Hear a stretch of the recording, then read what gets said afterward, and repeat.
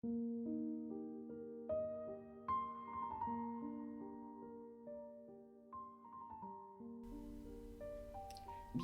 dans le laboratoire de la bienveillance, l'émission pour vous aventurer dans la sérénité de votre être. Je suis Joëlle Radigois, thérapeute et fondatrice du laboratoire de la bienveillance. 2 fois par mois, je pars à la rencontre d'entrepreneurs de cœur qui accompagnent les personnes à développer plus de sérénité en elles.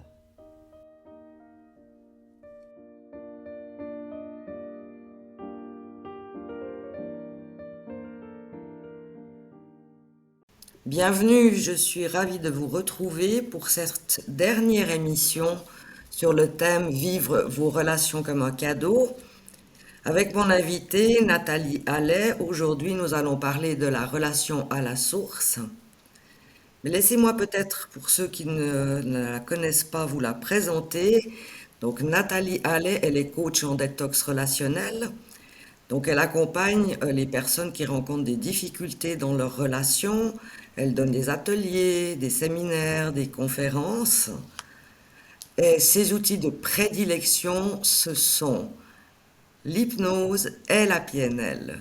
Le tout soutenu par une écoute très attentive. Voilà, bienvenue Nathalie. Merci Joël, bonjour et bonjour à tous tes auditeurs. Comment Merci vas-tu? pour cette invitation. Écoute, je vais très bien et je me réjouis de partager ce podcast avec toi et cet enregistrement et l'offrir au monde avec cet objectif de toujours aider, servir et faire avancer l'autre, du mieux qu'on peut. C'est ça, c'est ça. Et tu le fais extrêmement bien Nathalie. Merci pour tes contributions. Alors aujourd'hui on parle de la relation à la source. Qu'est-ce que c'est? Qu'est-ce que ça signifie pour toi? Écoute, j'ai choisi d'utiliser ce terme aujourd'hui pour que les choses puissent être accessibles à tous. Dans le mot source, on peut y mettre beaucoup de choses. D'abord, l'aspect premier que moi je souhaite proposer, c'est ce que nous ressentons être plus grand que nous-mêmes. Certains vont l'appeler le divin, certains vont l'appeler Dieu, d'autres vont l'appeler l'univers ou même l'amour, la lumière, d'accord? Et donc la source, c'est la source de tout ce qui est et je pense que tout ce qui est vivant, tout ce qui existe ne peut exister sans quelque chose qui nous dépasse.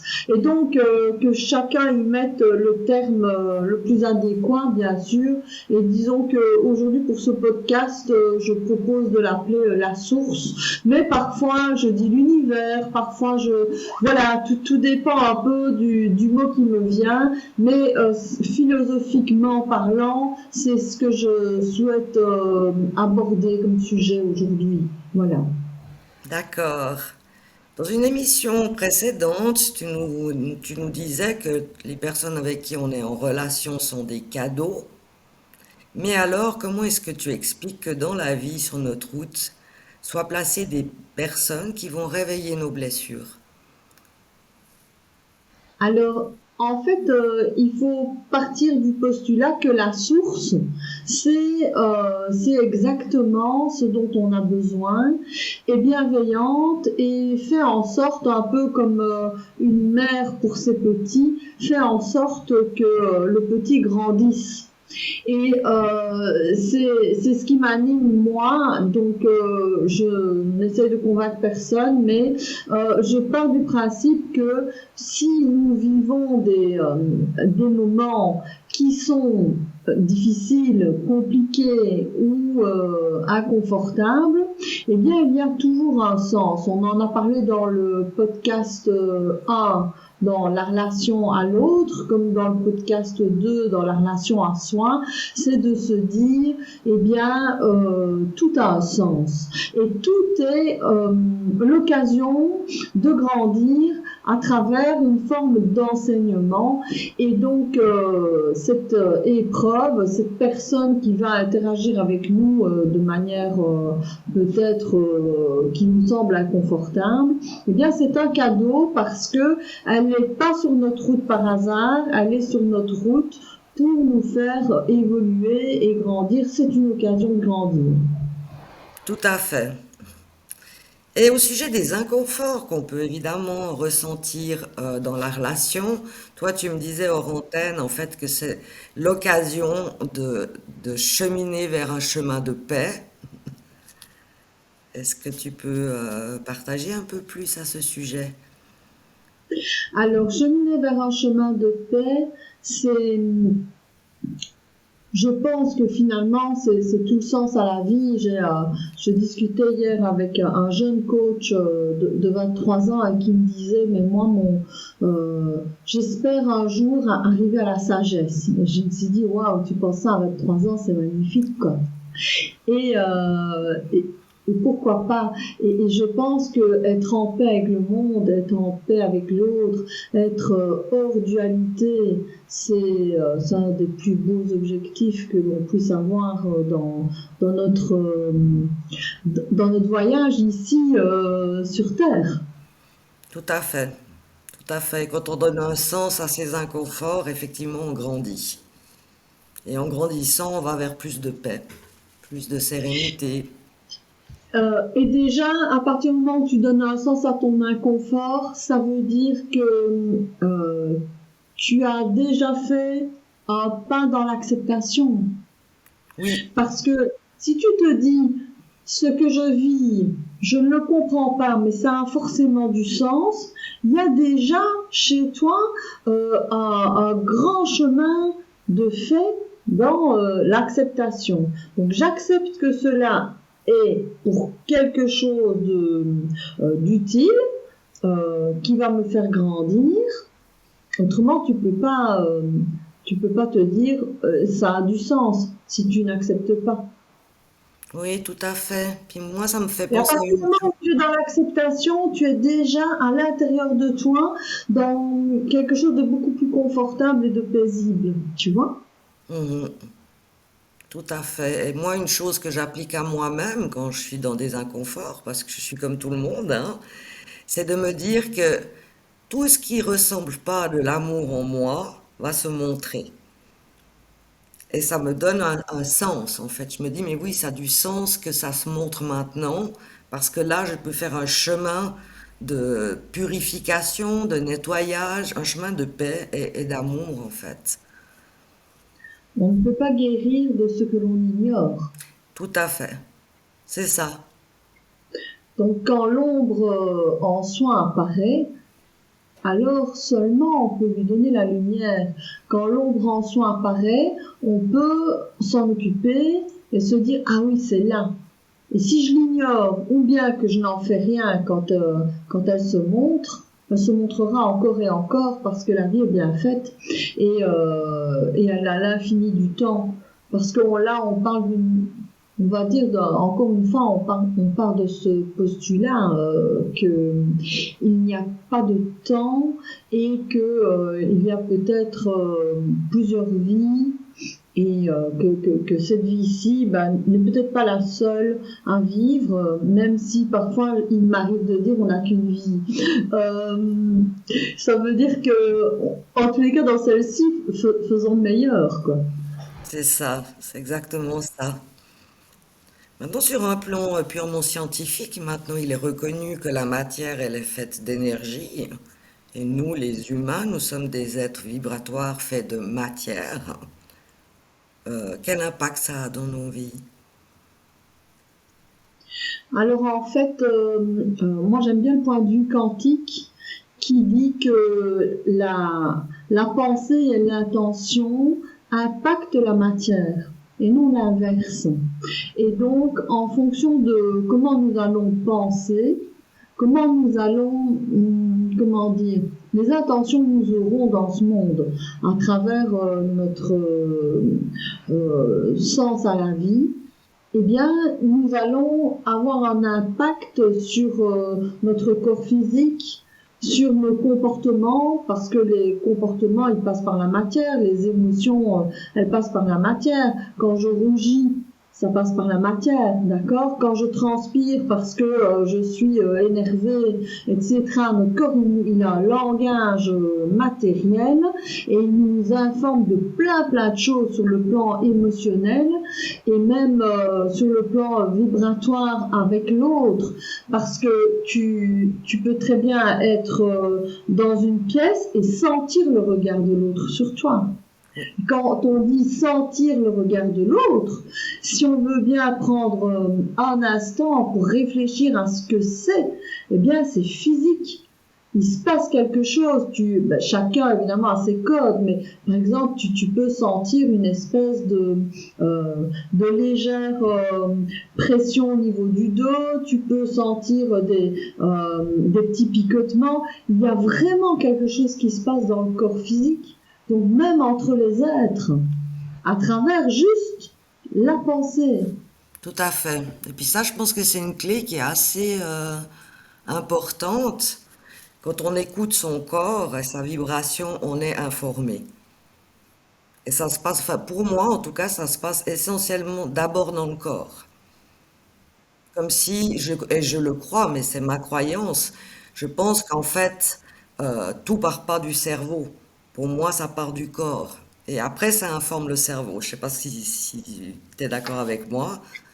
Ça part du corps, mais Oui, ça vient pas du cerveau en effet, ça vient d'une multitude comment dire, de vibrations qui peuvent aussi être externes. Tu sais, en hypnose, on parle aussi d'inconscient collectif. Et encore une fois, je ne dis pas que cela est, mais à moi, ça me parle. Donc j'en parle ici. L'inconscient collectif, c'est se dire que toutes les pensées, à travers par exemple dans un groupe, c'est un égrégore qui se crée quand on a une intention de se regrouper dans un objectif, d'accord? Par exemple, pour aider des enfants et récolter des sous pour un hôpital, ok? Ben, on va aller créer un égrégore à travers ce groupe qui va œuvrer dans un principe de récolter des sous pour aider. Eh bien, donc tout le monde se retrouve dans ce groupe à travers ce mode de pensée, cette intention, et ce qui va être pensé par un des individus du groupe, eh bien, va connecter avec tout le groupe. Et donc, on va dire que l'inconscient collectif, c'est un collectif global à travers tous les êtres, qui fait que nous interagissons les uns sur les autres. Et donc ce que toi tu reçois dans ton corps, eh bien, c'est aussi le résultat de la pensée collective. Parfois, on ne sait pas pourquoi, mais on sait qu'il se passe quelque chose dans le monde. Tu as des personnes qui ont ce sens plus développé que d'autres. Or, tout le monde a ce sens à la base, néanmoins. Mais certains se sont plus habitués à l'utiliser. Donc, évidemment, on va dire que certains ont un don. Mais moi, je pense que c'est juste qu'il y a plus de pratique. D'accord, et pas plus de pratique juste dans cette vie-ci, puisque moi personnellement je pense que le temps est infini et donc il y a des choses qui recommencent et qui se poursuivent. Donc il y a peut-être, si on partage ce système de pensée, eh bien il y a peut-être ce qui est appelé don, ben, c'est peut-être une pratique qui a déjà été vécue pendant des vies et des vies. Et celui qui a plus pratiqué, bah, il débarque ici avec cette ouverture, là, cet entraînement que d'autres ont moins. oui, oui. Je crois qu'on sort complètement du sujet. Non, non, non, non, on n'est pas en train de sortir, on développe en fait. On va peut-être revenir à la notion des épreuves. Et est-ce que pour donner du sens aux épreuves que nous vivons, il faut avoir la foi? Mais tout dépend de ce qu'on considère dans le mot foi, tu vois. Alors, certains vivent une foi à travers un dogme et ça, moi, je vais pas en parler parce que ma notion de foi, c'est ce dont on parle depuis le début de ce podcast. C'est juste de partir du principe que nous sommes un collectif et qu'il y a une espèce de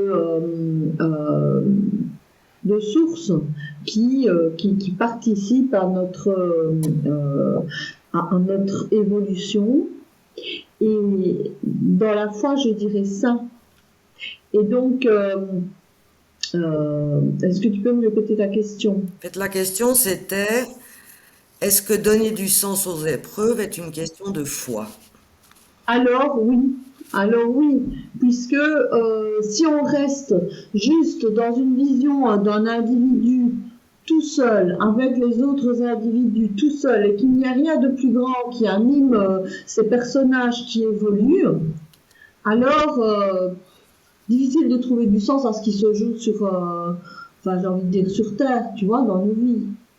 Tout à fait. Et qu'est-ce que tu pourrais proposer aux personnes qui sont athées, qui sont agnostiques, euh, pour, pour créer cette relation avec plus grand que soi? Eh bien, j'ai envie de leur proposer d'essayer. Voilà. Et je pense que c'est en essayant qu'on peut être émerveillé. Mais essayer non pas pour challenger cet univers potentiel, hein, ou pas essayer avec un objectif évidemment à ce que ça ne marche pas. Autrement, c'est inutile, c'est perdre son temps. Hein.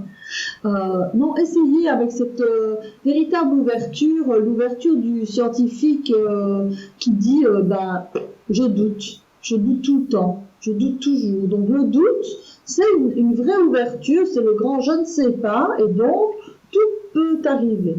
Et si tu es capable d'essayer comme ça, alors il risque bien de se passer quelque chose. Alors, essayer comment? Eh bien, par exemple, se dire, ok, partons de l'idée que cela existe, et je vais demander à cette espèce de source en laquelle je ne crois pas ou sur laquelle je doute, par exemple, de m'amener une guidance ou des circonstances favorables à la compréhension de telle chose ou à l'évolution sur tel problème. Ok. Et je vais partir du principe que ça peut exister. D'accord? Et faire ça, cette espèce de demande, eh bien, la faire en état de calme, juste non duel, hein, ouverture totale. Ça peut être un jeu, c'est pas grave, et faire ça pendant quelques jours et constater, ne pas être de mauvaise foi, et constater ce qui bouge dans la vie. Voilà. Alors, il y a des personnes qui néanmoins, voyant les choses bouger, vont dire c'est le hasard. C'est ok aussi, hein. C'est le hasard et puis c'est tout. Et puis d'autres vont peut-être avoir envie de continuer le jeu et se dire peut-être c'est ça, donc au prochain carrefour où je bug, je vais demander à nouveau. Et à force de voir qu'il y a des routes qui se mettent en place pour nous, alors on finit par avoir une espèce de foi. Et la foi n'est pas une certitude. Je pense que la foi dont je parle doit toujours comporter le doute. C'est important. Autrement, on devient dogmatique, quoi, point. Et l'idéal, c'est de garder le doute et de toujours pouvoir se remettre en question et remettre en question notre système de croyance pour ne pas Ouais, s'y tout à enfermer. fait. Et puis on peut s'exercer avec des toutes petites choses aussi, pas forcément un gros problème. Moi, de mon côté, quand je pars en ville, même aux heures de pointe, où normalement c'est archi bondé, je demande toujours une place de parc et en général, je sais dans quel emplacement je la veux. Et absolument à chaque fois, J'arrive, la voiture sort et je parque ma voiture. Tout le monde autour de moi me dit, mais c'est de la folie. Mais non, c'est une demande. Et on peut aussi essayer de faire des demandes toutes simples pour justement pour voir, pour jouer avec cette idée, voir ce qui se passe. Oui, tout à fait. Tout en sachant que parfois on demande des trucs qui n'arrivent pas. Ça aussi. Ça fait partie d'une conversation que j'avais eue avec mon ado. Mais cette source est tellement bienveillante que si tu demandes des trucs qui en fait sont nocifs pour toi, eh bien, il faut faire confiance et se dire bah, que si ça n'arrive pas, bah, c'est peut-être que bah, dans un an, dans 2 ans, on comprendra pourquoi heureusement ce n'est pas arrivé. Oui, Voilà. Maintenant, ça peut être une réponse qui peut sembler très, comment dire, simpliste ou peut-être facile, mais voilà, ça c'est vraiment, ça a forcément une logique quand ça n'arrive pas. Parce que nous, on croit vouloir une place de parking juste en face du magasin où on veut se rendre, d'accord?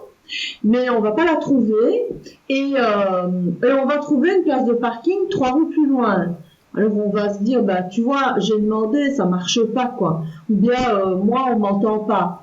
Mais c'est en arrivant à ta voiture 3 rues plus loin quand tu viens chercher ta voiture que tu vas revoir ta meilleure amie d'il y a 20 ans qui a grand besoin de te retrouver. c'est Tu vois? ça. Mais au moment où tu pars au magasin en marchant, tu traverses les 3 rues et tu râles et tu te dis ah ben voilà, j'avais demandé, ça ne marche pas, donc ça n'existe pas, ou bien voilà, je suis pas capable d'être entendu, moi, nani, nana.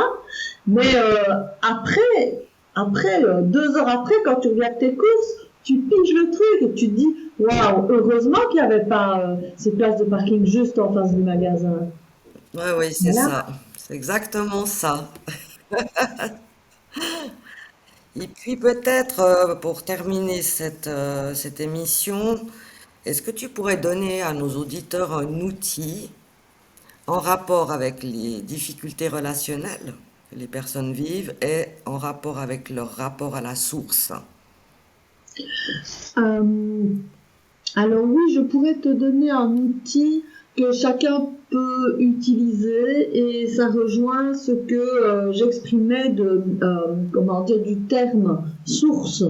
Je disais tout à l'heure, chacun y met ce qu'il veut, hein, et j'ai proposé que on puisse envisager que cela corresponde à la lumière. Alors on peut utiliser le mot lumière et la représentation de la lumière à travers une pratique et j'ai envie de dire ça marche très bien mais surtout j'ai envie de dire eh bien c'est à tester avant tout et que chacun fasse son expérience et se fasse son propre avis bien sûr. Ce serait puisqu'on est dans le sujet des difficultés relationnelles, ce serait d'imaginer que donc notre pensée est une vibration et nous allons utiliser la visualisation pour favoriser notre pensée, d'accord?